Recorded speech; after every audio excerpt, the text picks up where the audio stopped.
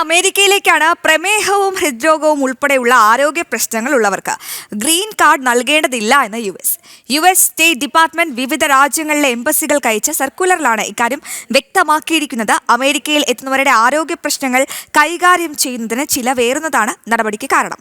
നടപടിക്കെതിരെ വിമർശനങ്ങൾ ഉയരുകയാണ്. വിവരങ്ങളുമായി ഐസൻ ജോസ് ചേരുന്നുണ്ട്. ഐസൻ, വീണ്ടും ഒരു വിവാദപരമായ തീരുമാനം ട്രംപിന്റെ ഭാഗത്തു നിന്ന് ഉണ്ടാകുന്നു. എന്താണ് ഈ ഗ്രീൻ കാർഡിനൊരു റെഡ് സിഗ്നൽ നൽകാൻ ട്രംപ് അതിനുള്ള കാരണം എന്താണ്? എന്തൊക്കെയാണ് കൂടുതൽ വിവരങ്ങൾ ഐസൻ?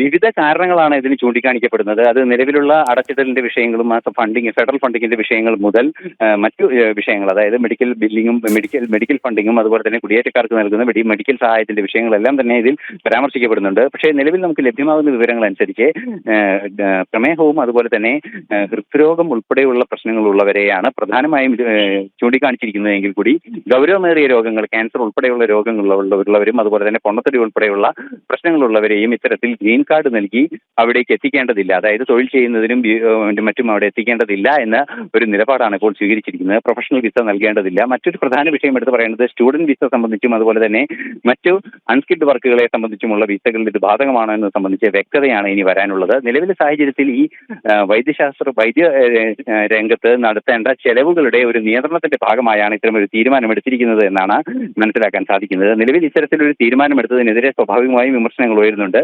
നേരത്തെ സൂചിപ്പിച്ചതുപോലെ സ്റ്റേറ്റ് ഡിപ്പാർട്ട്മെന്റ് വിവിധ എംബസികൾക്ക് അയച്ച ഒരു സന്ദേശത്തിലാണ് ഇക്കാര്യം വ്യക്തമാക്കിയിരിക്കുന്നത്. അശ്വതി. യെസ് ഐസൻ, ആരോഗ്യ പ്രശ്നങ്ങളുള്ളവർക്ക് ഗ്രീൻ കാർഡ് നൽകേണ്ടതില്ല എന്നാണ് അമേരിക്കയുടെ തീരുമാനം.